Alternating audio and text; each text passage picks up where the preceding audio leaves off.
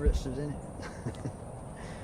I mean, it was amazing. It is. Do you want his shirt buttoned up a little bit more? Yeah. Well, he said he was going to open it at some point. So. No, I was going to save that for the very end, Okay, well, go ahead and I was going to close out with Otis Redding still Go next to my heart. Button up one more button then, if you don't mind. Okay, yeah. Just Or a so couple that- buttons. Yeah. We go two. One more button after that, just so Yeah. it doesn't gape. They're going to let me show off my sexy chest. Oh, I'm going to give you time, honey. This is what? I said I'm going to give you time to show that off. Okay. All right. All right. All right, we're rolling. You comfortable? Did Oh, that's the mic. Yeah, that's the mic. Okay. All I'm right. trying to get around the mic now. Okay, I'm good. I'm rolling. Tell me. All right. Let's start off with a pretty simple question. You and your brother created an empire that put Macon, Georgia on the map. Could you do in today's world what you did back then? It's much harder now because I'm not crazy about the music that sells today. And I started realizing that when my brother had #1 with 311. He had #1 album in the country.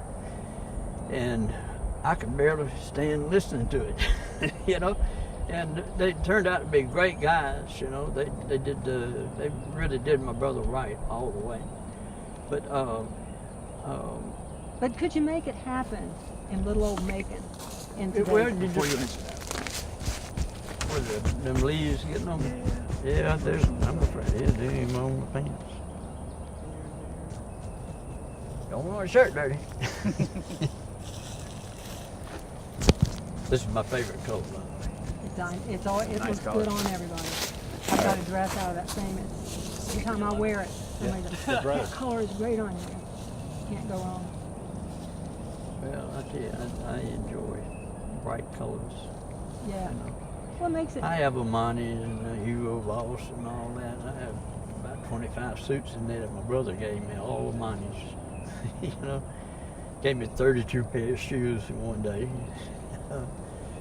One trip, I brought home about $60,000 worth of clothes, and he just gave it to me, you know. Yeah. And when I went into treatment for drinking beer too much, my problem was beer and pain pill. Oh boy, bad mix. And you add a little pot in there too. Yeah, yeah. But when I went into treatment, it just made me realize so many things, like how much money it was actually costing me to stay that way. And they made me add up the visits to the doctors to get your prescriptions and da-da-da. And I found out heck, I had a nice little habit, about $500 a week here to support just my intake there, you know. And so when I got away from alcohol, it was the best thing that ever happened. It was the smartest thing I ever did. It was just, it has kept me alive. And believe me, I enjoy life. You know? Yeah, Happily 73 years old, proud of every minute, still like a rock when I can. and I'm sure you still can. Well, I get up there and make a fool out of myself every now and then. I do all those You do the white man I stance? do all those old-timey Yeah. R&B stuff. Yeah. And Tasha likes it because she thinks it's cool, you know. All right, he's rolling again. So your first big success was one of the most famous singers of all time, Otis. Otis Redding was the master of my life. You know, I loved Otis Redding as my true best friend, and he trusted me and I trusted him. And Otis would show up at my house at 3 o'clock in the morning and say, Red, I let him call me Red. And didn't let anybody else call me Red, but he did. And anyway, he said, Red, I need you to go. And I said, how many pair of underwear? Give me any idea how many days, you know. And but I enjoyed being with Otis because he was fun. This man, you know, so he never had a headache ever in his life. Told me that one day, and I said, said, man, I got a bad headache. He said, headache? What's the headache? I said, you know where your head hurts? And he goes, I ain't never had one. I said, you don't know how blessed you are. You know, and he knew how to please people. He didn't, it didn't matter if you were prejudiced as a person could be. Otis knew how to make you feel that you liked him. You couldn't help it. You know, he was such a gentleman. And he was like Sam Cooke. Sam Cooke was that way. He was very popular because women loved him to death, you know. But Otis was the one that could write songs. He was a songwriter. He was a singer. He's also a performer because he put on a show when he was out there. And he was a producer. He produced Sweet Soul Music, which sold 1 million the first time out. Okay. You know, Otis captured so many fans just in meeting them. I mean, everybody tell me the same thing. I heard 2 people talk bad about Otis Redding in my whole life now. I mean, 2 people. And they were both rejected singers that never made it. They both were. And one of them tried deliberately to take advantage of Otis, and he got caught. And, you know, so I loved him. I mean, Otis Redding was the first male that I loved outside of my family, you know, and it wasn't, we never had any loving relationship in a sexual way at all, you know, we were just true friends. And I'd do anything he asked me to do, really. My father picked out his ranch out there for me. And if it hadn't been for Phil spotting him, it could have gone nowhere, you know. But it's just like with Greg Owen. I mean, if my brother hadn't taken on the almond brother, man, they wouldn't have made it. He spent over $500,000 in cash in that band back in the 70s. That's a lot of money. But he believed in them. And if you believe in your artist, that's the #1 sale of all right there. It's the fact that you believe in them and you're proud to represent them. You know, I write my artists all the time and tell them, I just want to tell you it's been a wonderful relationship with you, and I'm certainly glad that we crossed paths. You know, it means a lot to me for it to be done right, you know. I love for the history to be accurate, you know. I'm not one of these people that make up stories. I have been known to make them a little more interesting.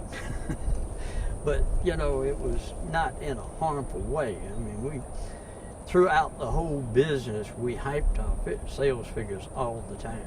So, you know, you got that in your heart, and that's the way it works, you know. And like the band with Leonard Skinner, they ended up getting mad with me because I published their songs. Well, it's funny. Allman Brothers didn't publish their song. Marshall Tucker didn't publish their song. Bonnie Bramlett didn't publish their song. Livingston Taylor didn't publish his song. And yet they say that I'm a crook because I took the publishing from them. And I told them in the very beginning that I was publisher first, manager second. But they don't ever listen. And sooner or later, the band wants to fire their manager. He's taken too much control of my life. And I've heard it all. Otis Redding was the only one that stayed with me all the way to his death, you know. Talk to me about How did sitting on the Otis dock die? of the bay. He died in a plane crash into a lake, a bay. And he was in Madison, Wisconsin. So he actually died in a bay. Huh? He actually died in a bay, basically. In a what? In a bay, like sitting on the dock of the Oh, bay. yeah, it's Lake Monona. It's a big lake, but I mean, that's close enough to be in the dock of the bay. And Otis did a lot of things right before his death that have always made me think that he did have some sort of premonitions. And, you know, he bought life insurance for the first time in his life. a sudden, I'm talking about like the week before his death, you know, and he'd always been kind of superstitious about life insurance. He says, y'all might want to decide y'all want that money more than me. And, he was joking about it, but he really was serious about it. But the last week of his life, he did that. I'm out there walking on his ranch with him, okay? And he turns around and says, Red, if something happens to me, I'm going to be buried right there. He was dead a week later. And that's where I buried him. I told Zelma, there's no doubt about it. He pointed straight at that spot. And I said, Otis wants to be at the driveway so he can see who's coming to see you. But he had a beautiful ranch. My father picked out his ranch for him. And it was even written into the sales contract that if any white citizens objected to him buying that white citizen's property, that the sale would be null and void. And that way we won the white people on our side because we were asking. You know. How hard was it working with black artists back at a time when racism was just pretty common? Well, see, they were so glad to get Phil and me. I mean, we got our artists paid. You know, if it was, we had to do an audit or examination of the books, that's what we did, you know. They loved it when we'd sign somebody for management because they said, oh man, I know something's going to happen now because Alan and Phil Walden got them, right?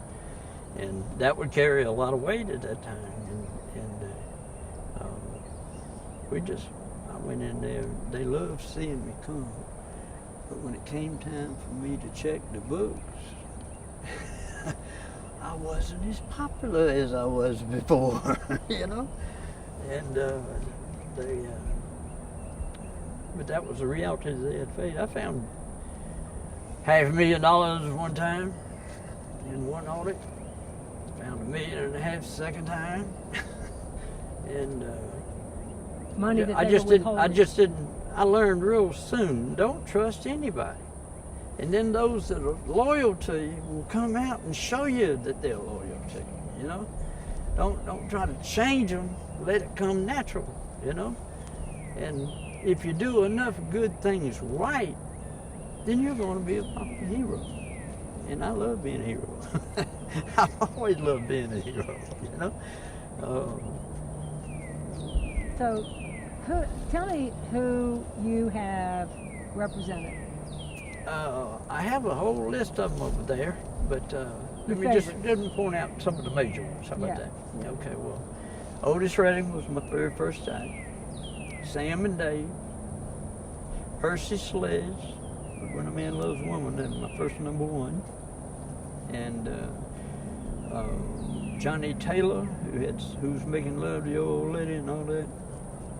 He was the oldest one in our stable. But I had Etta James. You know? You had Etta? I had Etta James for 30 days. I kept her straight for 30 days, and then she went to Louisiana and got on a notion she had to have some heroin. Told the young guy that was promoting it that if he didn't get her some shit, she wasn't going to play. And the boy told me, he says, Alan, I don't even smoke pot. How in the hell am I going to know where to go find some heroin in the middle of the night here, you know? He said, she walked. She just left. And I had to drop her from my stable because of that. Because, you know, I get sued for that too. My name's on that contract too. And I told Etta, I said, Etta, I just can't do it. I can't afford to be having lawsuits all the time. And she said, I understand that. Didn't have a bit of argument with her. She put the song that I wrote with Otis a few nights before his death, called Champagne and Wine. She put that on her retirement CD to thank me and Otis both. Every time somebody would see her out on the road and they'd say, I'm from Macon, Georgia, she said, tell Alan Walden I said hello. And she was just that kind of woman. Rough talking woman. This woman here, buddy, she put the fear of God on you herself. You know, she's a big woman. And she was a streetwise woman.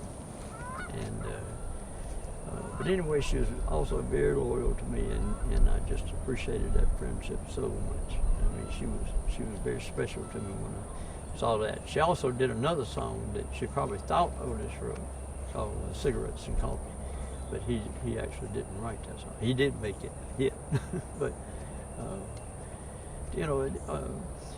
Otis was just a remarkable person. No one loved to perform any more than Otis Redding. I mean, this man knew how to perform, and he went out there and shook you up. I mean, he would rattle your bones in a minute. And Otis would stay out on that stage until he knew he had. And he was very smart when it came to the business part, because he'd ask the promoter, how well did you come out tonight? You know, did you make some money? And the guy would say, no, I lost $480. He'd say, you didn't lose nothing with me. Gave him $400 right back. Says, I want to be a winner for you. And I mean, that's the kind of guy he was. He knew how to take care of some business. We paid those disc jockeys off. Hell yeah, payola. She's damn right. If that's what it took to get my records played, that's what I did. You know? I knew how to palm 100, 50, and a 10 and a 20. You know? And New York City, you better have 150 if you want to get it on WWRL or whatever, you know. And but anyway, I became famous with the black guys, and they were totally amazed that a white guy would take as much interest in their art. You know, they would end up turning their businesses over to me for me to book. All I had to do is say, hey, you having so and so this coming week? It's gonna cost you $800, you know. And I had fantastic relationships with all the black promoters. But many of the black promoters would try to screw you in a heartbeat. I mean, they had schemes, phony ticket boxes with trapdoors in them, and just anything. Tell you that money, the ticket boxes checked up fine. My daddy said, hey, it was checked. He did check up right. So he went to tell Otis to go on stage. By the time he got back to the box office, all the ticket money and the people that were in the box office were gone. They had like $20-something thousand. Okay. Now, in those days, $20,000 meant a lot to us. I mean, we needed that money, you know. And my father was a pretty streetwise person. He walked outside and is feeling terrible about it. And he keeps checking out all the people that are nearby. And finally, he sees one guy that's got a little stingy brim hat on. It's kind of like the Sharpie of the neighborhood or whatever, you know. He walked up to him and he said, I don't know what they're paying you, but I'll double it if you can tell me where I can find it. He said, right down there on such and such street. Sure will. He says, okay, I'm going down there and see them, and if you're right, I'm going to bring you $500 back. And Daddy went to the house and he took Otis's bodyguard, who was a guy that would shoot you in a minute. I mean, Sylvester Huckabee was just a professional criminal. I mean, he was, but he loved us. He loved Phil, he loved me, and he loved Otis. I mean, he was just in all different prisons and everything. Called it going out for his reading time while he would be in jail. But you know, we faced a lot of things that were very difficult in those years. I mean, sometimes the auditorium manager just wants to show how important he is. You know, he got this puffy type attitude, and he's upset because we're late. Well, we knew we were late when we got there. So I told Otis, I said, don't you come off the stage until you've done a whole hour. Our contract calls for 2 30-minute shows between 8 and 12. You give them the shows, and they cut the sound off on him, and you stayed out there and sang a cappella to please the crowd. And you stayed like another 30 minutes to perform for them. Well, boy, when I got to the box office to pick up the money, I'm supposed to be seeing this college student. Well, instead, I get this redneck auditorium manager that thinks he knows everything. He thinks Otis Redding's pay ought to be cut for being late, And this is his professional opinion, and just a first-class asshole. And I said, excuse me, sir, I said, what is your name now? And he told me, and I said, I don't see your name on this contract. Why are you talking to me? I don't have to talk to you at all. And I said, I'm looking for David Whitson or whatever the guy's real name was. And it turns out to be a college student over here that's got the money. But he has given money to the auditorium manager because he's going to let him negotiate for saving them some money. Anyway, I told him, I said, you instruct him then that we have honored our contract and that he needs to pay us that money. And he tells the auditorium manager, let's go ahead and pay him. And so he throws the money out on the desk like that, just trying to scatter it everywhere, right? And he's still mad with them, And I looked over, I had a black guy with me, Speedo Sims, which was Otis' road manager. He looks real bad, although he's a very gentle person. But I forgot where I was there for a second. You just talked about getting how hard it was, and dealing with these promoters and people. Oh yeah, but I mean, my daddy went to that guy's house in the middle of the night now, in the slums. I'm talking about the real ghetto town, and he took the whole box office away from him. So he said, you would have made about $8,000 had you not gotten greedy. But since you were going to steal it from us, then we're going to steal it from you. And Daddy got the money. He had Sylvester Huckabee standing over there, and Earl Speedo standing over there. And he went back and gave the guy $500 for tipping him off to where they were. They ended up making about $8,000 more than what they would have. Do you think growing up in Macon made you scrappier and tougher and able to do what you did? Well, all Southern men, not just me, but all Southern men like to think they're tough. All of us do. I don't care what anybody said. King of the hill. You want to be king of the hill, You meet a girl, you want to be king of the hill with her, you want to. Just in our days, we just had to use different tactics, and sometimes they got rough. I mean, one night the so-called mafia showed up at Sam and Dave's gold record party in New York, and Phil and this mafia guy get into an argument, and they're saying, I hear Phil say, your ideas are as old as the fucking Dempsey Hotel in Macon, Georgia. And I mean, all of a sudden all these so-called gangsters start popping up out of the chairs. Well, they didn't know it, but Speedo made his appearance, I made my appearance, and Huck made his appearance over there. Plus we had a couple of other guys from the band there, and just said, hey, you won't be bothering my brother Phil. I think we have you outnumbered, and we're not playing with you at all.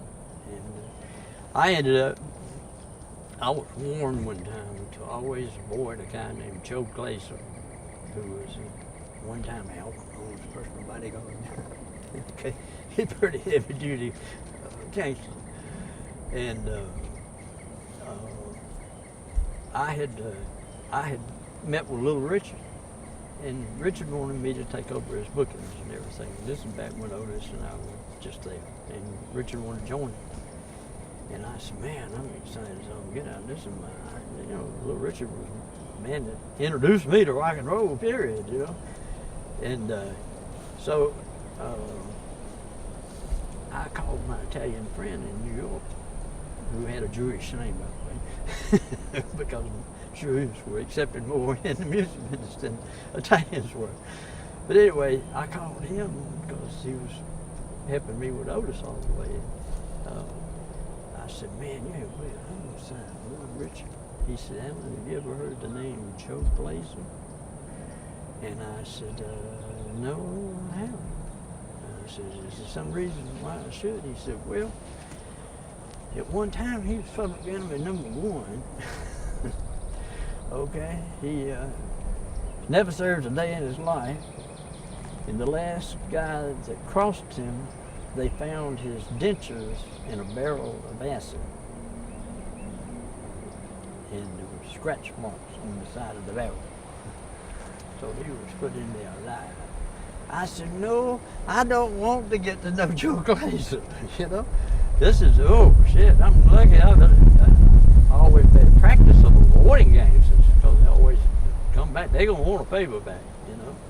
And so I was always scared of that. I just say, thank you, I appreciate the offer, but I just can't do that, you know.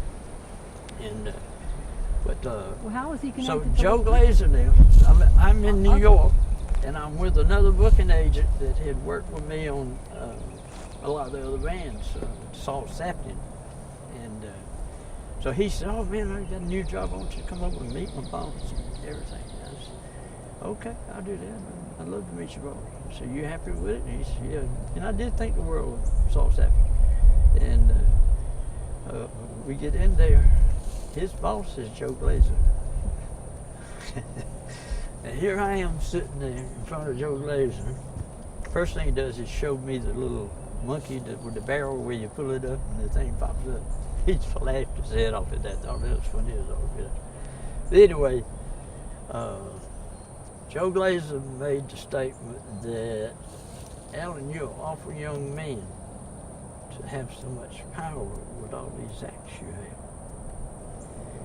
And I'm looking straight at him now. And I said, Mr. Glazer, maybe it's time some of you old folks move out of the way. Saul Sapien fell out of his chair. He thought, Alan has just committed suicide. This is Joe Glazer he's talking to. He don't know what he's doing, right? Stare match. I'm talking about don't you dare bat an eye. That's a sign of weakness, you know. We're staring at each other head on, you know. And not blinking. You don't blink. You hold the blink 15 minutes, you're doing pretty damn good. You know. I mean, you are doing really good. And after that, about that long, he turned around, he says, I like that kid. You got balls. What can I do for you? And I said, well, I've got union problems. I understand you have a lot of influence with the union. He said, which one? And I said, both of them. I said, I got AFM on me and AGMA too. Both of them on me to get a license, but they won't give me a license because my brother's in management and I'm in booking, and they're not supposed to be related and all that. You know, they had a dozen excuses, all right, why they wouldn't give us a license. Joe Glazer turns around, picks up his private line, calls directly to American. He'll write it. Alan Walden's in the office. He wants a license. Put it in the mail today. Called the American Federation of Musicians. Told them the same thing. Alan Walden wants a license issued today. They were on my desk before I got home. And he never asked me for a favor. When he was on his deathbed, I wrote him a thankful letter when I knew he was dying. And I wrote him a beautiful letter about how he had helped me and that I loved him. That, you know, that I'm a real friend. And if there's anything I can do. And he wrote me back the most beautiful letter I think I ever read. And it was from this hard-nosed gangster now. And just, he praised me left and right. He said, you know, people just don't do these things like you do. And he said, you know, here I am, I done made enemies with everybody in the world. Nobody wants to be friends with me now. You know, I feel taken advantage of, you know. And he says, and here you come writing me a letter, and I never really did a whole lot of business with you, you know. And he ended up in a big lawsuit because he wanted Otis. He was willing to pay off the lawsuit if Otis would come on with the agency. So we were in the process of moving him. And but he wrote me that letter, and when I left Capricorn and Phil, I left the letter in the file, and I wished I hadn't. I should have had it. I mean, So- it would be a valuable signature right now. So talk to me about Capricorn Record. And Can I move the mic? Sorry. Yeah. Sorry to interrupt. Oop, Just what we do? whenever you Roll brush your forward. shirt, I get a noise. So let's see if we can put it on the inside of your T-shirt. Actually, if you don't mind. Okay, You just sure. Put that up your T-shirt. I'll stop trying to cross the arms. It's hard. Yeah, the It's crossing hard for arms, us other men to I hold know, his I hands don't still wanna- I don't now. wanna cause a problem. We speak with our fingers.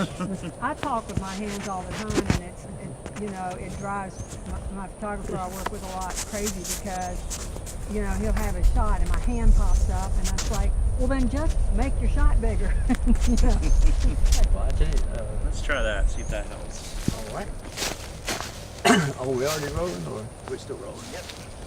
just button this? Button it, yeah. Sure. I depend So I'm on the just gonna lady's roll opinion. out- I like a lady's opinion, by the It counts more. way. No offense to the males. All right. Okay, so I'm just gonna throw out some songs and some people, and just give me the story. Okay. Whenever you really want to irritate a local band, somebody screams out, "Play Freebird!" Tell me about that song. Well, that particular year, I auditioned 187 bands in 1 year. I mean, I was doing like 10, 14, 15 bands a day.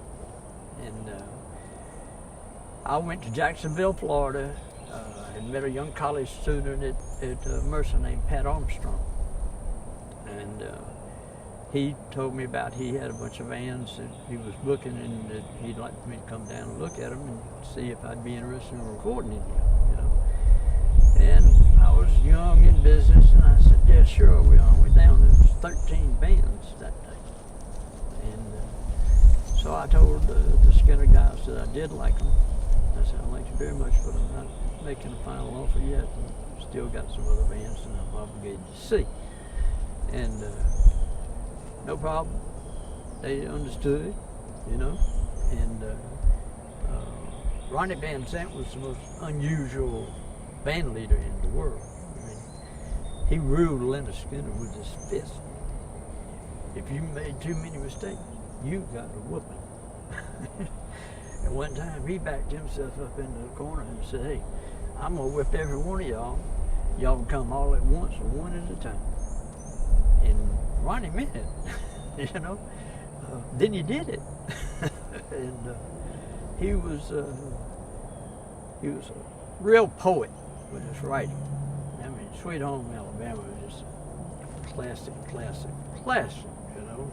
Big wheels keep on turning. Boy, if you ever travel the road, how many big wheels you see, And he stood in front of 1019 Walden Street. That's where my first office was. And he stood there. I think we've got to drop a rain there. He stood in front of my building down there one night. No, that's bird shit. Give me It burst. Oh no. Hey, don't take a picture of that, please. I'll Really stop get down. playing cards. And I'll go ahead and tell you, at the time, are we rolling? We're rolling. Okay, go ahead. Okay. At the time that I was asked to step back and let somebody else manage the band, okay, we were about to negotiate our first renegotiation of their record deal, okay. I was planning to get them at least $1 million because we hadn't borrowed any money from the record company. We only took our option money. We never bugged them about anything. We played it totally right.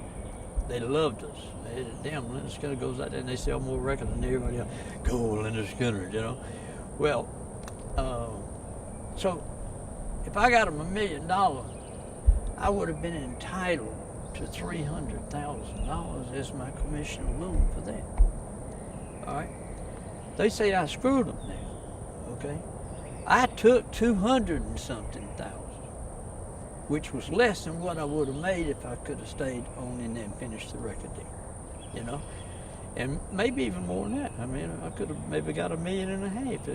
Mike Maitland, who was president of MCA Records, loved me.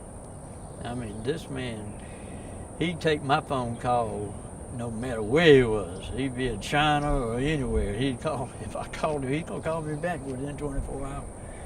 And see, I pulled a thing with Alex Hodges and I did a thing with Leonard Skinner where we were determined to get them on that first American Who tour in 7 years. And Al Cooper had already tried it, which was Skinner's producer. He couldn't get it. Mike Maitland, president of the record company, who also represents the Who, they recorded for him. Okay, he was a super nice guy. Well, they've been all turned down on that tour. Alex and I locked ourselves in the office over there and said, we ain't leaving here until we know we've done everything we can to get this Who tour. We've got to get it, you know. We went as far as to plant people on the plane with the manager of the Who, had one promoter on one side of him and another promoter on the other side, and they're both pounding him with, you ought to get Leonard Skinner. And Ron Delson was saying it, and Ron Delson had never even seen Leonard Skinner. And he was still saying, oh man, one of the best bands you ever hear in your life. I mean, he just played his cards right in it. Anyway, by the time the golf playing in New York, we had the Who tour. So for Mike Maitland, I had pulled a miracle by good. Of course, I give Alex credit too. I mean, he was a big part of that deal, you know. But you got Leonard Alex Skinner. Hodges and Terry Rhodes were two of my biggest helpers on Leonard Skinner. But you got Leonard Skinner on the Who tour. They wouldn't have advanced That's right. without that. That's right. So That's right. But we screwed them because we took the publishing. I told them I was a publisher first when I met them. did that hurt? I'm an honest guy. I gotta tell you something. I don't lie. I don't cheat. If there's ever even a question about me owing some funds to a record company, I'm gonna get it. Because I like to be known as a money winner. You know, I don't want to be known as somebody had a few bands and got lucky and all that. I had a lot of luck. Grant you, I accept the luck for sure. But mine was prayers, and you know, I prayed and prayed and prayed all through my whole travels with Leonard Skinner and everything. And just they were unstoppable band. But see, they rehearsed every day. Every single day they go to that, what they call the Hill House now, but it was called Hidden Hills when I was involved. And I loved the place. It was a great place to rehearse. Had a big wide creek down at the bottom, and it looked like a river to me. This just ain't no baby creek. This is a huge creek.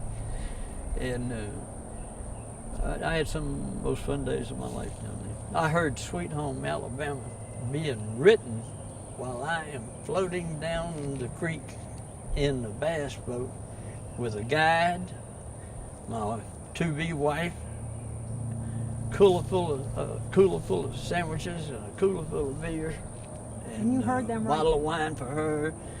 And he said, I want you to go up the creek 6 miles, turn around and drift back down while we were writing this song. And so you could hear perfect over that water. I mean, it's music carries right over water real well. And so I did. I got to hear it being written step by step by step as I'm coming down the creek. And it's probably one of the most first time that I said, this is our real break, having Sweet Home Alabama.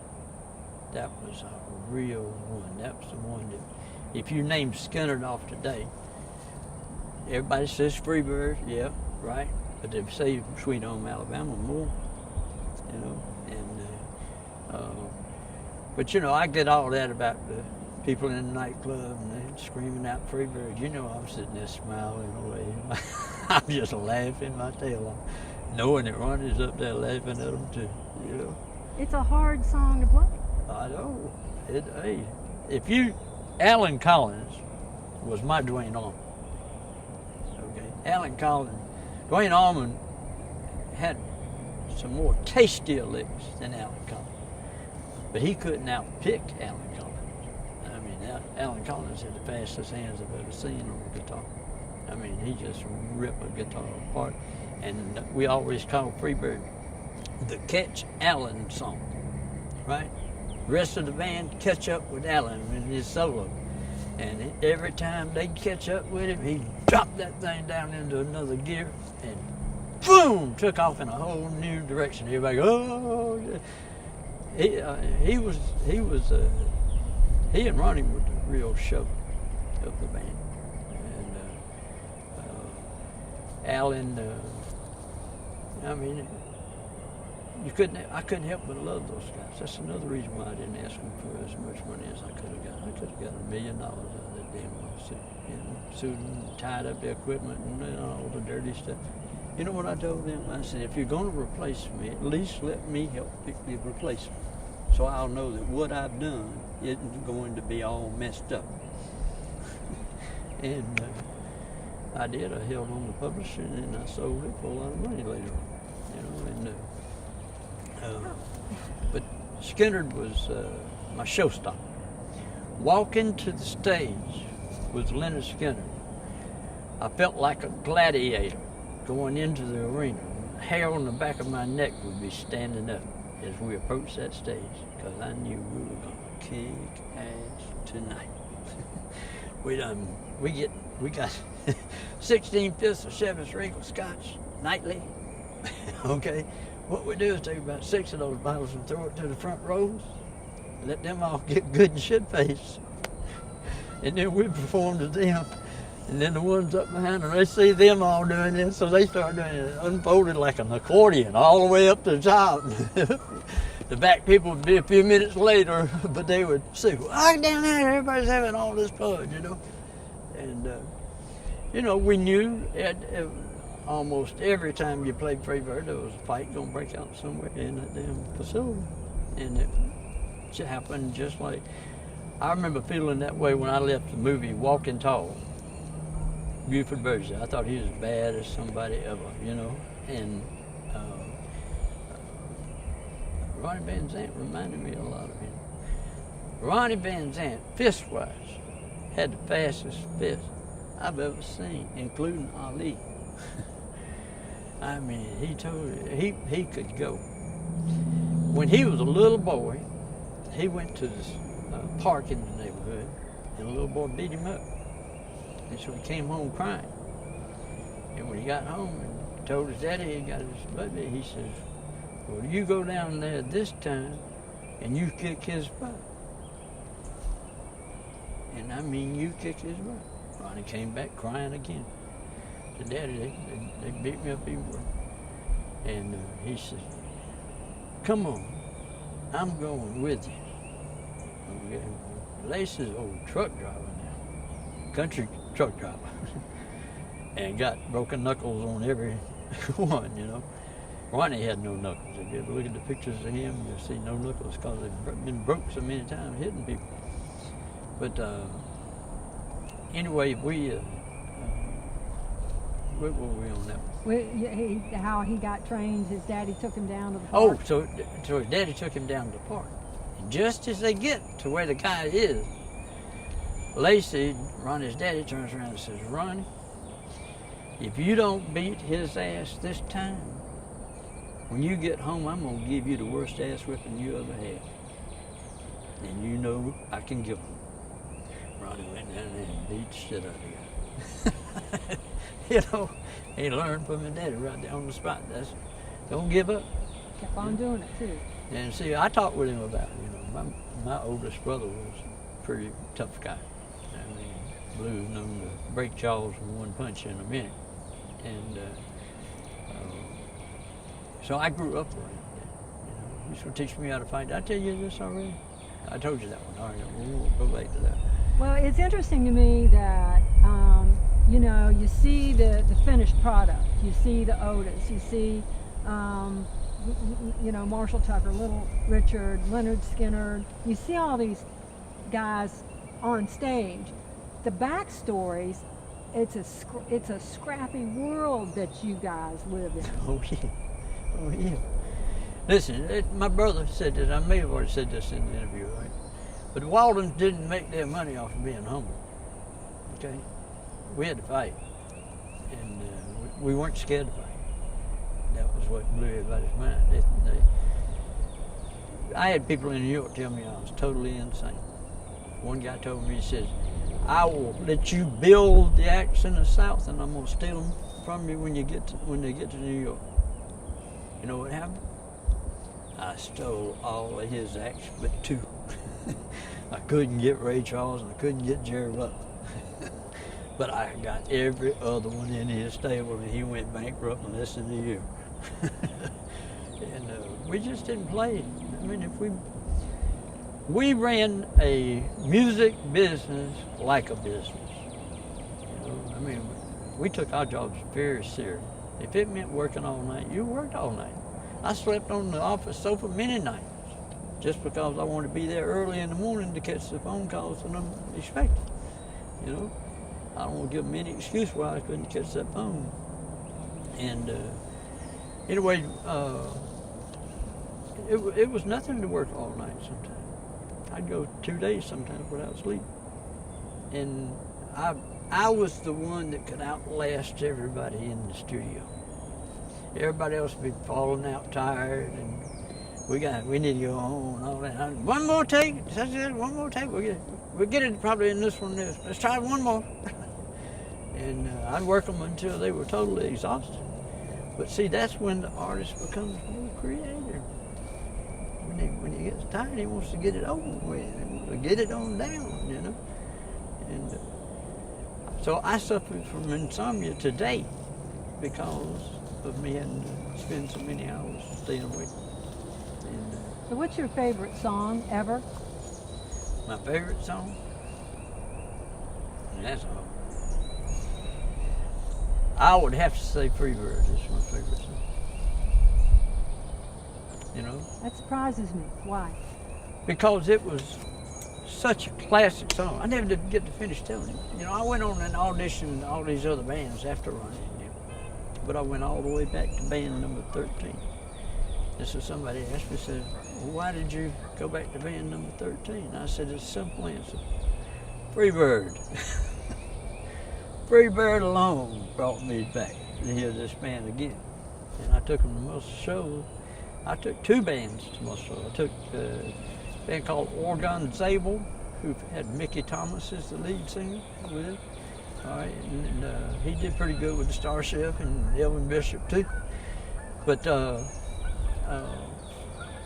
you know, we just all worked hard. It wasn't. We weren't sissies about it, you know. I mean, you get some of these bands today. You talk about being on the road 300 days out of the year, and they say, "Oh no, I don't want to do that. I just want to go do this and do that." So you just want all the gravy, and you want to leave the rest of it alone, right? So it don't work that way. You got to appeal to everybody, you know. And I done load most of the time, pretty quick. Tyrone Davis came to my office one time, and he was so rude to my secretary that I stood up and told him to get the hell out of my office. Leave. We don't want you around here. You don't understand that. Number one record in the nation, return back to house of time. I said, I wouldn't give a damn if you had 10 million sellers on the chart right now. You don't treat my ladies like some damn street hole. You just don't do it. And he left, but he gets out on the street and he runs into Phil. And Phil brings him back in and says, Alan, I'll give him a break now. He really wants to talk. And I said, well, I'm going to tell you now, Tyrone, you ever hit me with that kind of shit again, I'll drop everything I got going on for you. I'm just not built to take that kind of stuff. I could have kept Leonard Skinner another 2 years if I just kissed their ass. You know, I'd still be the manager if I'd have kissed their ass and done what they wanted me to do. But you know, it just wasn't in my blood, baby. I'm not a quitter, you know. And when they told me they wanted somebody, I was crushed. I mean, there's no doubt about it. I mean, I was like crushed. I've been dedicated 4 years of my life to this band. And then they're going to tell me they want somebody more Hollywood image. And I'm sitting there going, oh yeah, I can see me in Hollywood. I'm scared to go to sleep in Hollywood because I'm afraid they might think that I have gold teeth. You know, that's how bad these are there. What I like about them in New York is they'll tell you, I'll steal them from you in New York.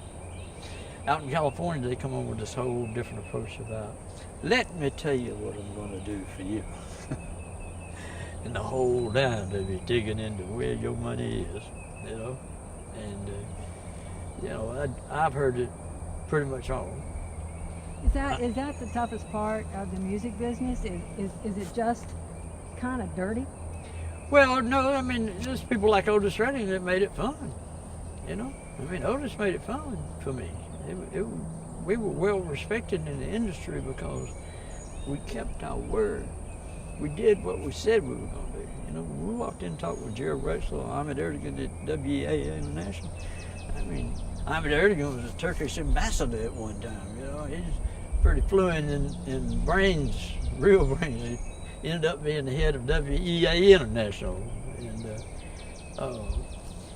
but see, I was talking to him and like Jerry Wexler from Atlantic. He was the godfather of soul music as far as any agent or anything. He beat me hands down with signing people because he was just a remarkable, lovable type teddy bear person. He really was. I mean, and he took it full advantage of it. You know, Wexler had brains. He had real brains. Jerry Wexler was one of my people that I respected the most. And, you know, look what he did with Aretha, Never Loved a Man. Launched a whole career with one record. Outsold everybody, you know. And then Percy Sledge, imagine Percy Sledge. Now here's a guy straight out of the cotton patch. I'm talking about he is that country. He is an orderly at a hospital when I go over to meet him. Okay? He comes out of the room and he has to take his rubber glove off because he's been given an enema. Right? So he goes home, washes his head, takes the rubber gloves, and says, hey, how you doing? That's Percy Sledge. I'm Alan Walden.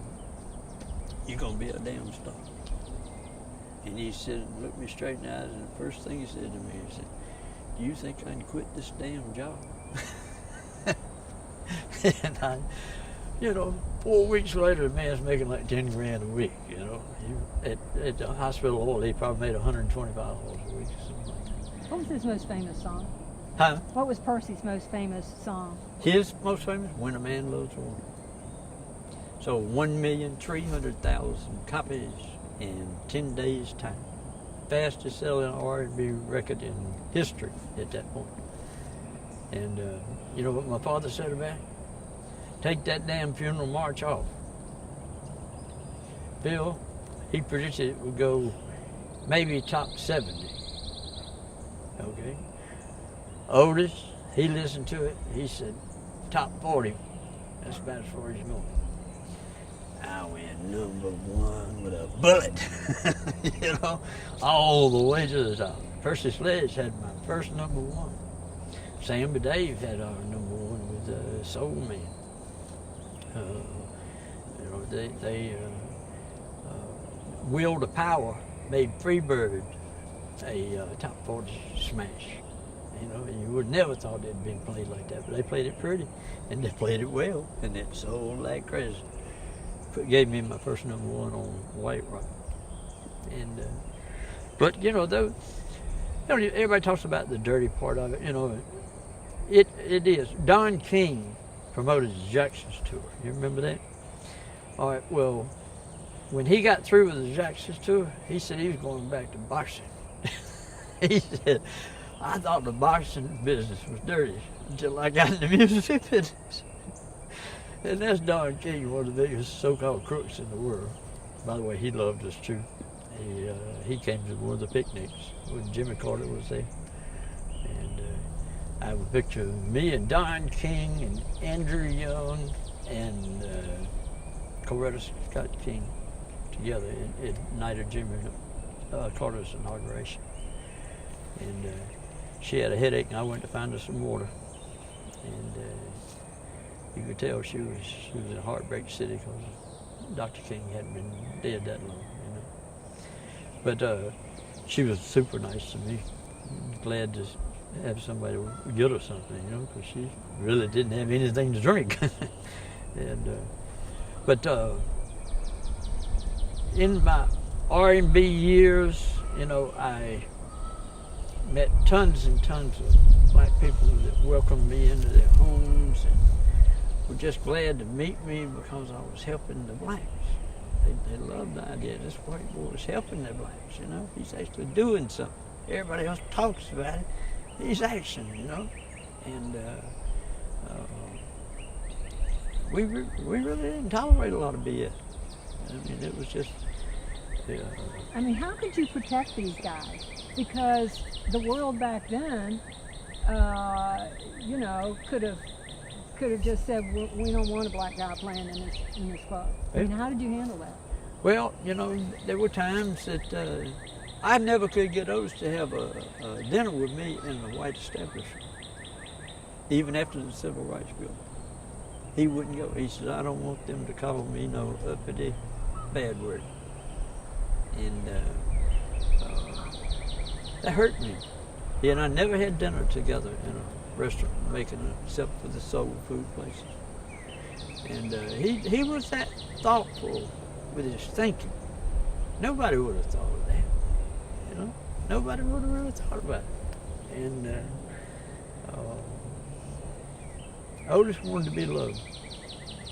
And buddy, he sure tried to be loved everywhere he went. You still miss him? Huh? Do you still miss him? I cry about him at least once a month. Still. I contemplate suicide over Otis Redding's death. That's how bad I love him.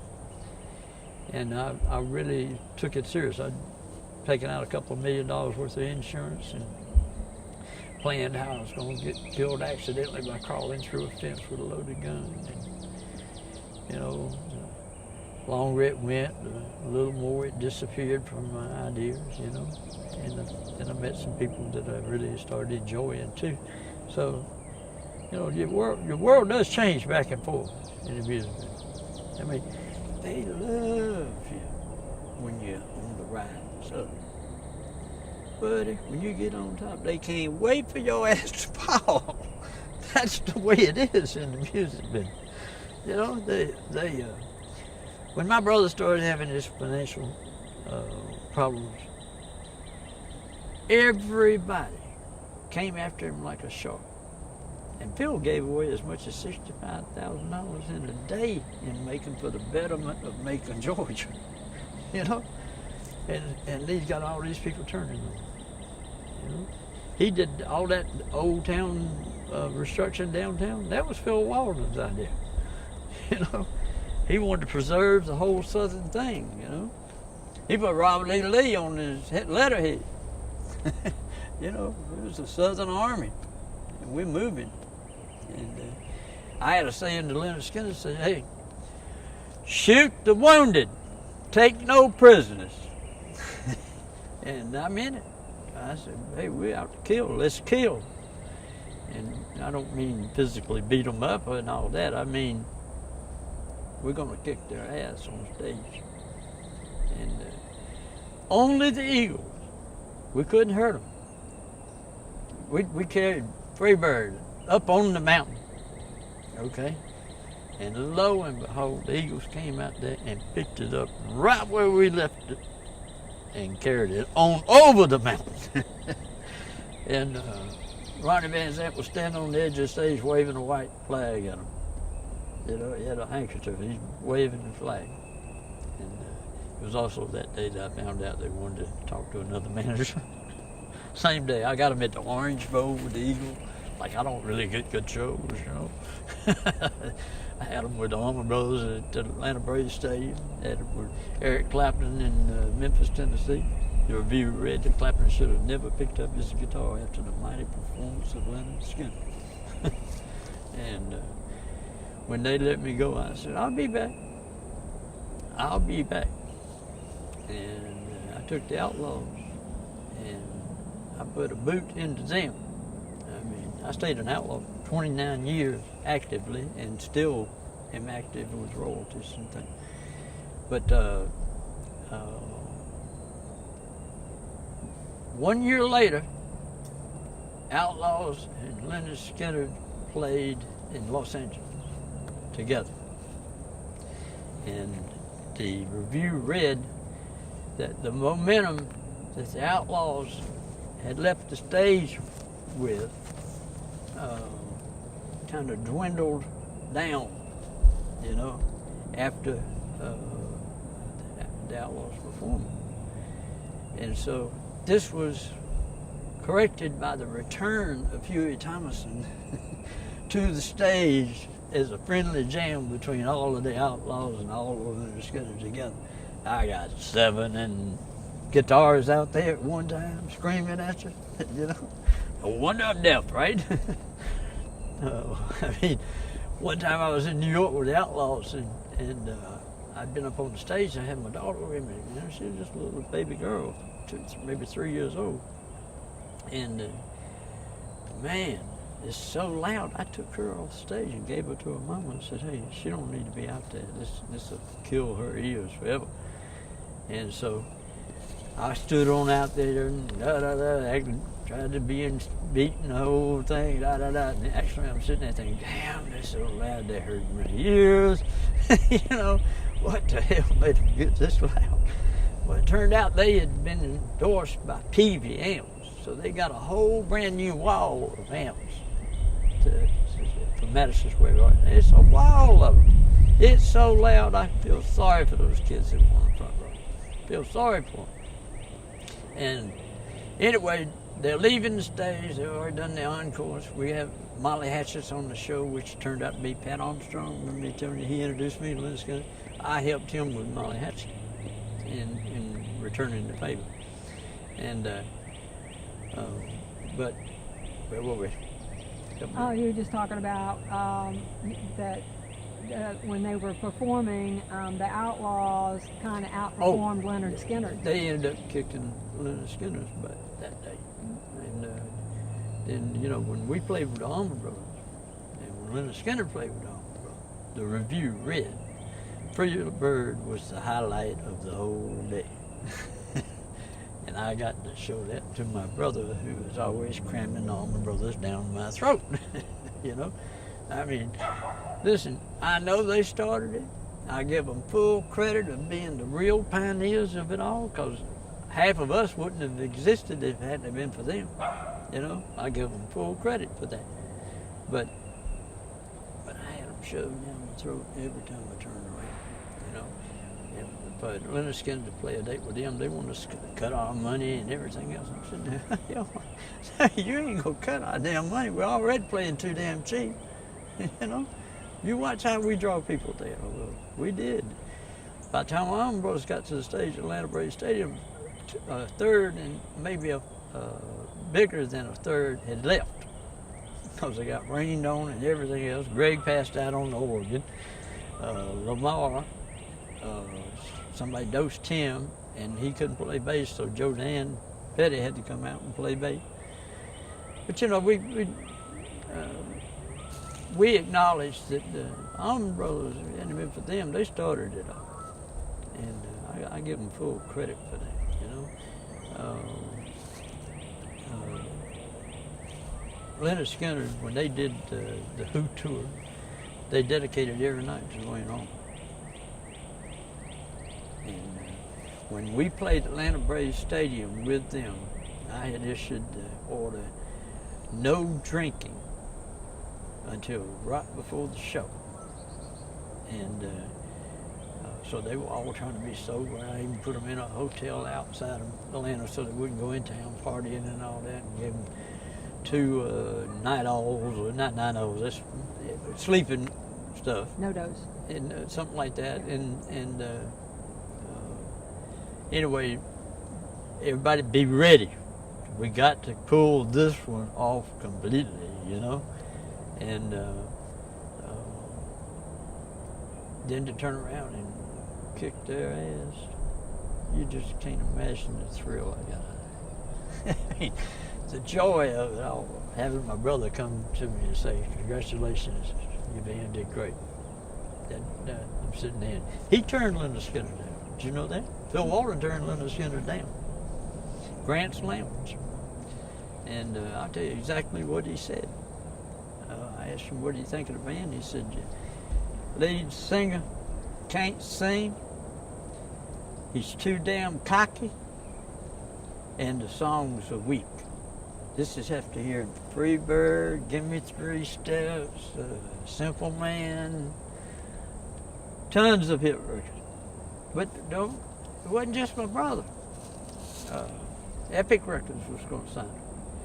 And this one guy came to see him in Nashville. He was more interested in trying to screw the Struzik girl singer than he was in paying attention to the band.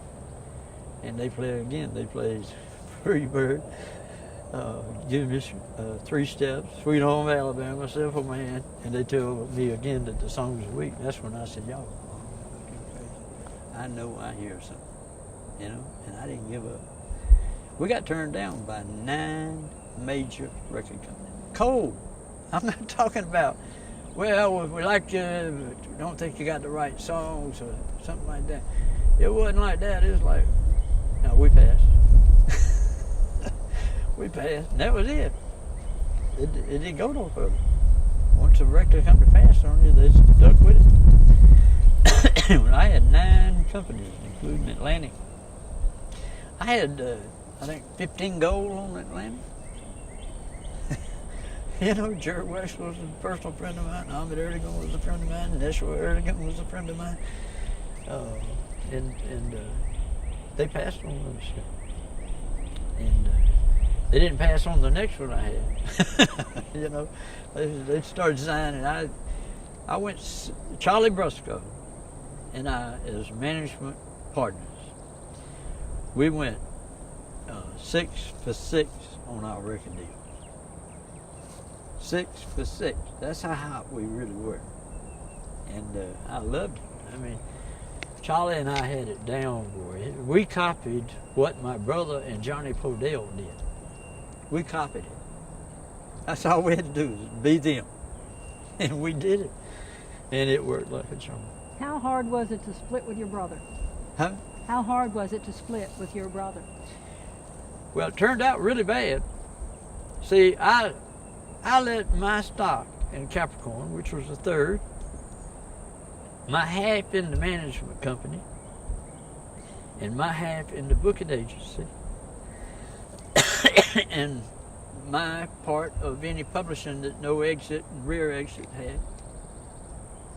I gave all that up for $9,000 and an IBM typewriter and my Rolodex. That's all I asked for. And my Cadillac. I had my Cadillac. And, you know, that stock was worth about $750,000. And you know what my brother did? He got mad with me because I quit. And he and I could barely even speak for a long time. I mean, we were loving brothers and we were also unloving brothers sometimes, you know. It just depended on which one was in a good mood, which one was in a bad, you know. But see, I loved Phil. Phil was the general. I mean, he's the one that, he and Otis are the two that really started it for us. Little Richard did help us run it. Little Richard was the first person to ever introduce me and Phil in a nightclub. And when he did, boy, I was like, oh, Little Richard! Little Richard said we're here. And I mean, that was a big deal in those years, you know. We were at Chick Hendricks Domino's Lounge in Atlanta. And of course, I met Twiggs Linden through Richard. I mean, he was Little Richard's road manager for a while. And Twiggs turned out to be the super road manager. He studied this guy over in Europe, and he copied his style. And it was perfect. I mean, the itineraries. They'd never seen itineraries in Macon, Georgia before. Never, ever in the music business in the South did anybody have itineraries.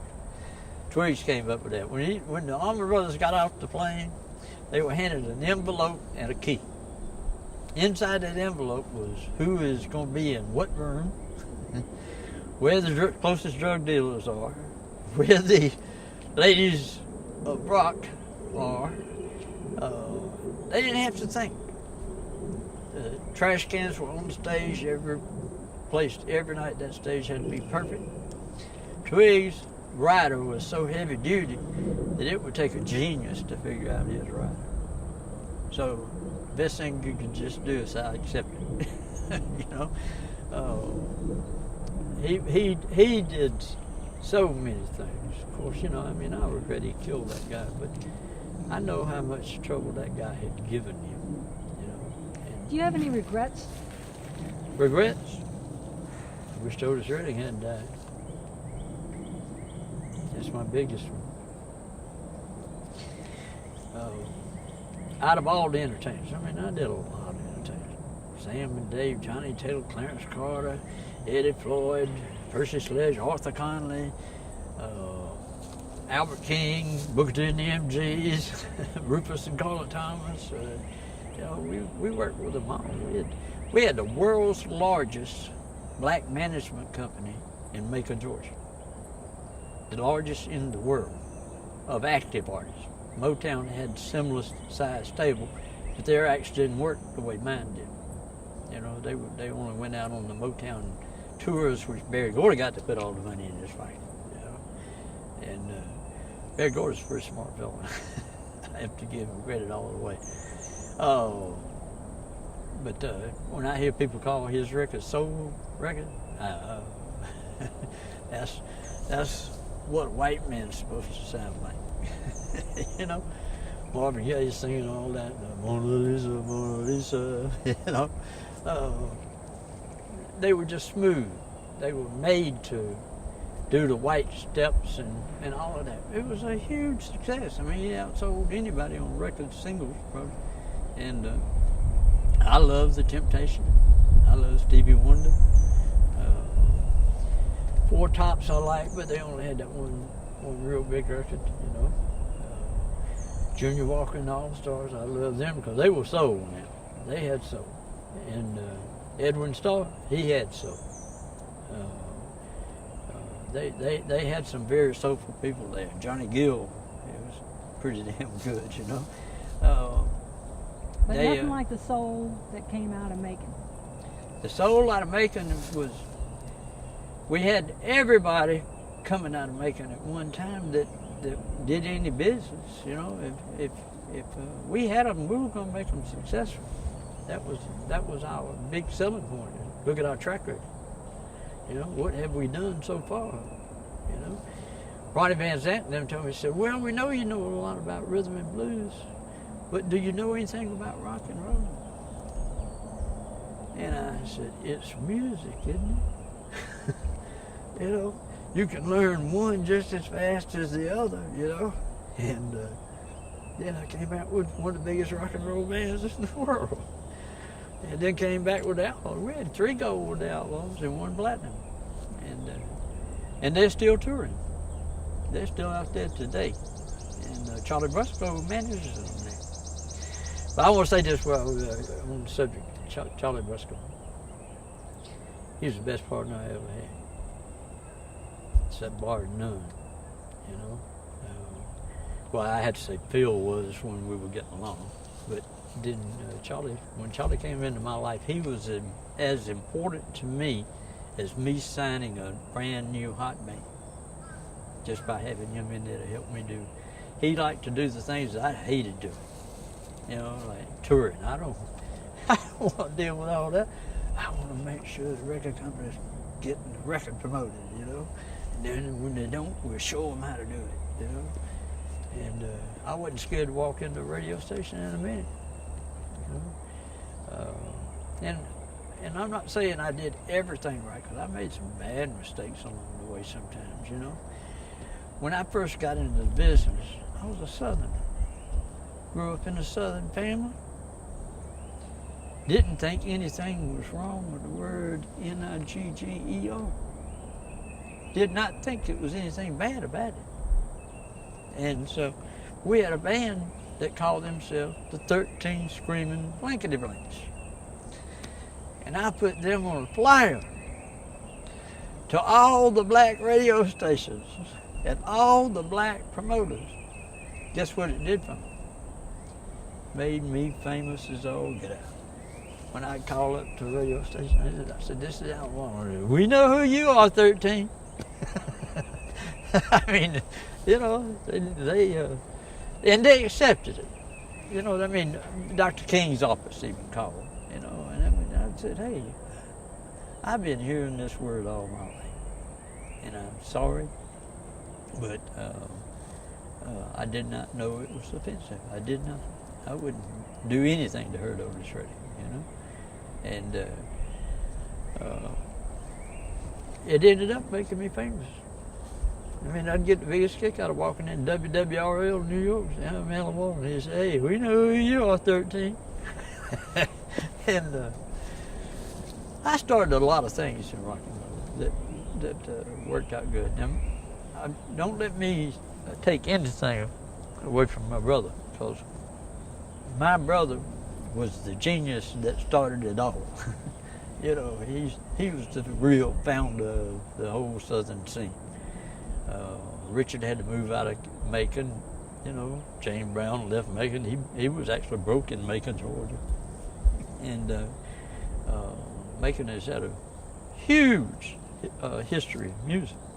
And, you know, but Phil was the one that had the dream to open a booking agency. And what he did is he was president of his high school fraternity, right? And so they wanted to have a special rush party to make the guys make sure they had a great time. So he hired a black man, which nobody had ever done, ever, you know, to be for his fraternity's party. Well, damn, it was such a huge success that all these other fraternities started calling him, asking where he got the black band. And he said, hey, I'd make $1 or $2 at this. And so he opened up a booking agency, and everything started clicking. And just as it was about to happen big time for Otis, Phil had to go in the Army. He had been AWOL for 108 days or something like that in the Army. But what he had done is gotten a sick leave on my father, and they sent him a telegram saying, you're to await further orders. Well, they forgot about it. They never sent him any orders, and he wasn't going to call them up and tell them, hey, I'm here. You know, he wanted to stay in the music business as long as he could. And like I said, These Arms Mine had already been a real nice record. And anyway, he calls me at 4 o'clock on a Friday and tells me that he needs for me to come run the company. Okay? And like I said, the only experience I got with African Americans is running a yard company. Okay, so, I mean, it was a learning experience. Not only that, but I'd never worked with musicians. So I had 2 barriers that I had to break, you know. And of course, the first thing was winning Otis's trust, you know. And he didn't just say, hey, yeah, everything's great and groovy and all that. He paid attention to see if I was stealing or anything.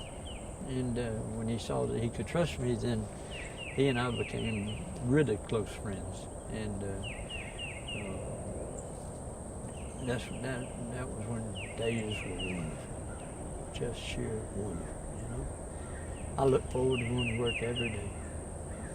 Sometimes I'd sleep on the sofa a number of times just so I could be there early in the morning. Next morning, get started again. Our office manager, the damn bookkeeper, the booking agent, co-manager, and co-publisher, and writer. I wrote a couple songs myself, and I've had an interesting life with it all. It just, it has just worked out very special for me. And, you know, think of what other white guy do you know that walked the streets of Harlem with a Southern accent by himself? I knew then that I was crazy. That's when I said, you got to be crazy to be doing this. You're risking your life every move, you know.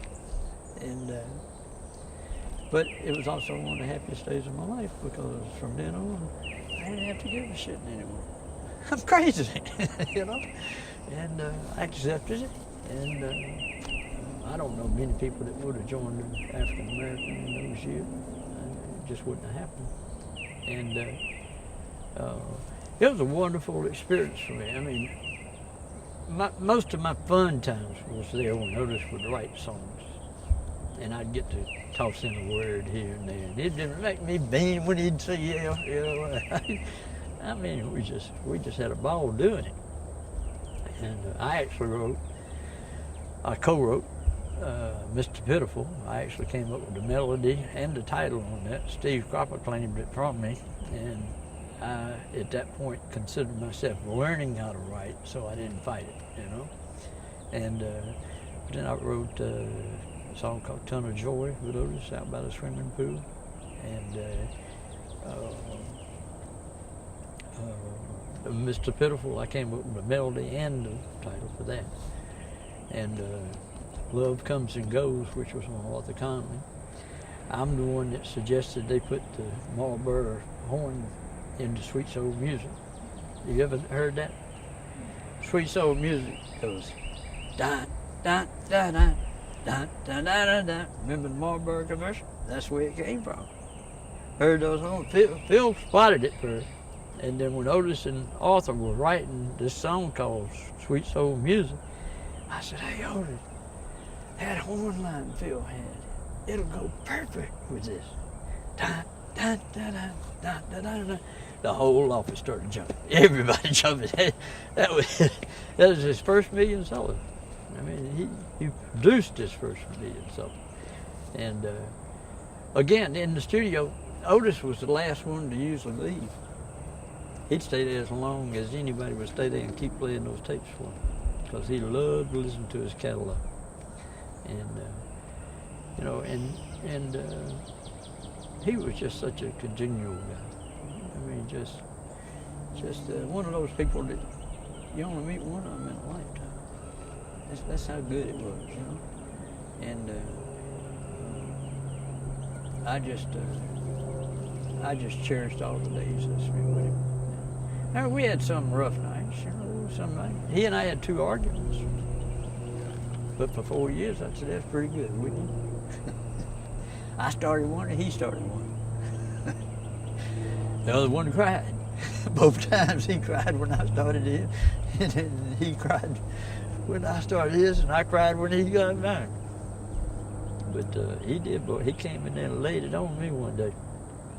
And I had, you know, like I said, I'm fresh out of freshman in college, you know, just really out of high school. And here I am in this position, and, you know, I'd never been over $100 in debt in my life, never.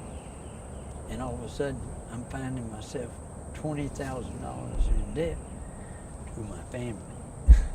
I wasn't old enough to borrow money from the bank, so I had to borrow it from my family. Walden's paid Walden's back. We don't like not to be paid back. It's, that's not supposed to happen. And you know, it was just a grand experience. Sam and Dave were probably one of the hottest duos ever on stage. Clarence Carter was the preacher. He sang everything like a sermon, and gave me 3 gold records, Patches, Too Weak to Fight, and Slip Away. Promised me 16 though. I told him that Fats Domino had 16. He says, I'm going to make 16 gold ones for you. And I said, okay. And last time I saw him, I said, I'm still waiting, I only got 3. And but he's a low guy. And like I said, Rogers Redding ended up being Clarence's manager instead of his road manager. And they formed the companies together and are still together after all these years. That tells you how good Rogers Redding is. And Rogers works all the time. my man would not go home sometimes. And you just be saying, Roger, I had to pretty well drag him out of the Paragon office when I was enforcing the order from Field to shut it down. And Rogers was saying, we can still make money. We can still make money right here. We can. The agents is turning a profit. And I said, I'm Rogers, I'm here to do what Phil tells me to do. And hope I didn't get the bird spot. Do I have any on my nose? Or make me cry. I cry a lot about it when I think about it. He was the only genuine person. I mean, this man had compassion for people. You know, we had cues. If I knew this man's phrase, I called him Mr. I said, you know, Mr. Jones, and he knew right then that this guy's prejudiced and handle him the way I wanted to handle him, and he'd end up making buddies with him.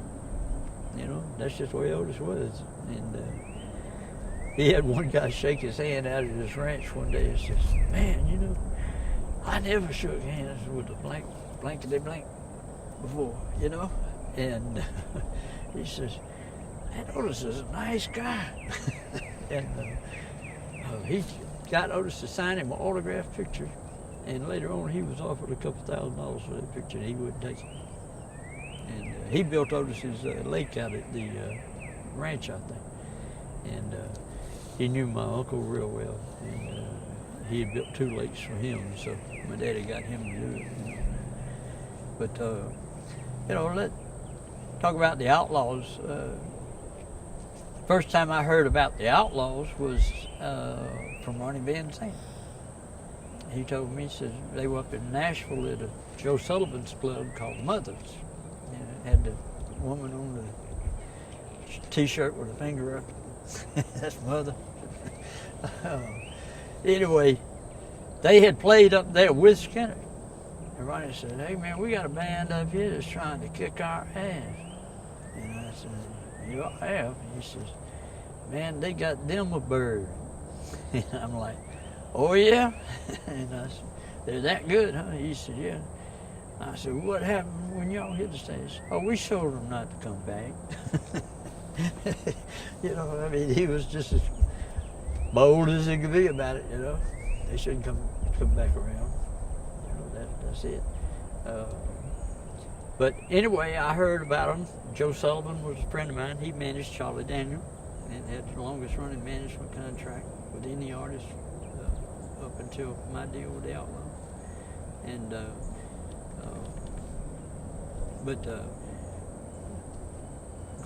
sticking with the Outlaws thing, let me tell you this, that when Charlie wanted to be the manager himself, you know, he was always kind of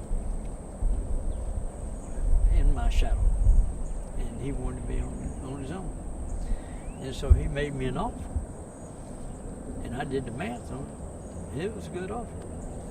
And all I said to him, I said, no doubt that you offer me this, you'll give me 2.5% more. He said, I will. I said, you got them. They're yours.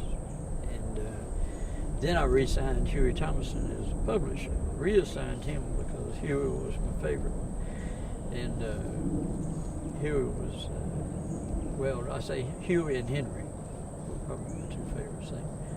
And, but you know, these guys, you know, cooked a ham out in the alleyway behind the nightclub on a stick for lunch and supper. Okay? And that's how far they went. And they rode in the wintertime, freezing cold wintertime, in the back end of their equipment truck, all the way to, I think it was Martinsville, Virginia, or Roanoke, Virginia. Rode all that way, got there 30 minutes late, and Skinner wouldn't let them go. And they had ridden in the back of that truck with all those amplifiers, and all of them, every time they go around a big curve, the amps want to fall. There's another bird, you know. It's a pretty one, look. It's awful. Oh, yeah. And it may be that bird that's called the eagle around here, but it's not really evil. It's of the evil family, but it's not.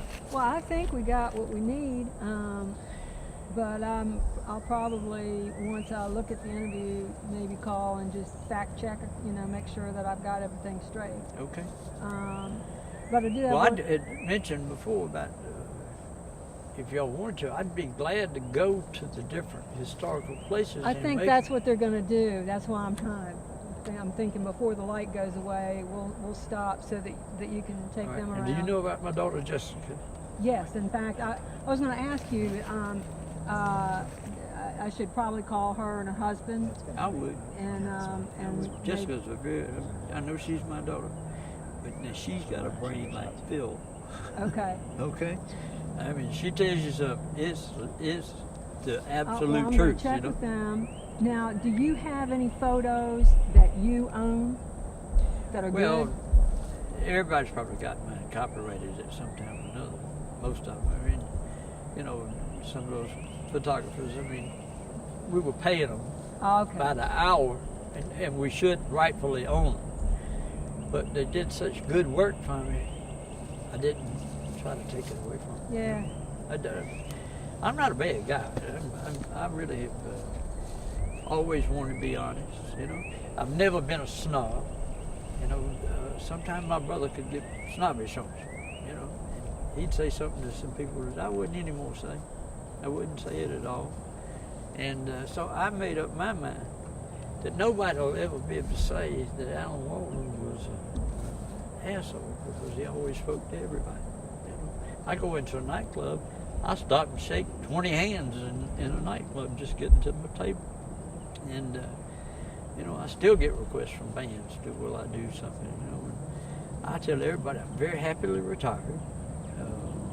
I did it all those years extra hard because I wanted to be able to retire when I got up in age. And my whole retirement plan was going to be with me owning all that publishing. Okay.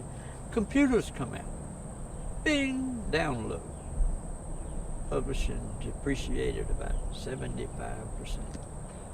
All of my retirement funds were turned into $1,500 and $2,000. Before that, I was getting as much as $80,000 and $90,000. And it just wrecked it.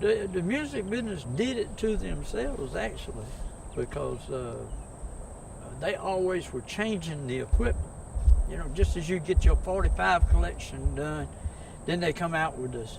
No, you get the 78 collection done, and then they come out with a 45, and you got to go buy another whole system for that. And then once that's played out a while, they go to cassette tapes. Gonna sell you another whole system all over again. And they kept getting partnerships with all these companies, where the companies turned around and said, we don't need them anymore. And so they started letting people download galore. And we get token payments, but they're nothing like what we should be receiving for a song. And that was my heartbreak. That was my biggest heartbreak, because I should have been making $200,000 or $300,000 a year right now off of just the publishing of my songs. And it happens. I'm very much a Christian, so I believe God let it happen to me for a reason.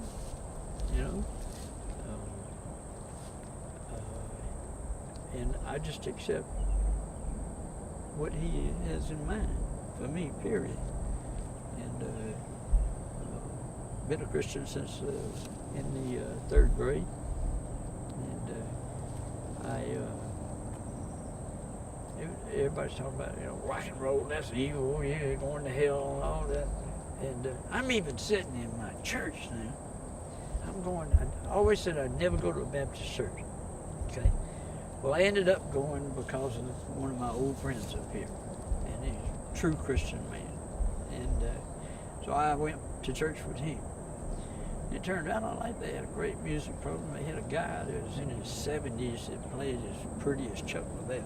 I mean, this guy played beautiful piano. I went there most of the time. That was my highlight of the whole trip to church, And I enjoyed it. But one day I'm sitting there in church, The preacher knows I'm sitting right over there now. And I'm sitting next to the assistant minister's wife. Okay, she and I became real good friends. When Tasha and I were having problems, she helped me. And she actually saved my marriage. But all of a sudden I hear from the pulpit that there will be no rock and roll in heaven. And I looked at her and I said, did he say what I think he just said? And she said, he sure did. I said, you let me at him after service, you know. And I went walking straight up to him. I said, I guess this means I'm going to hell.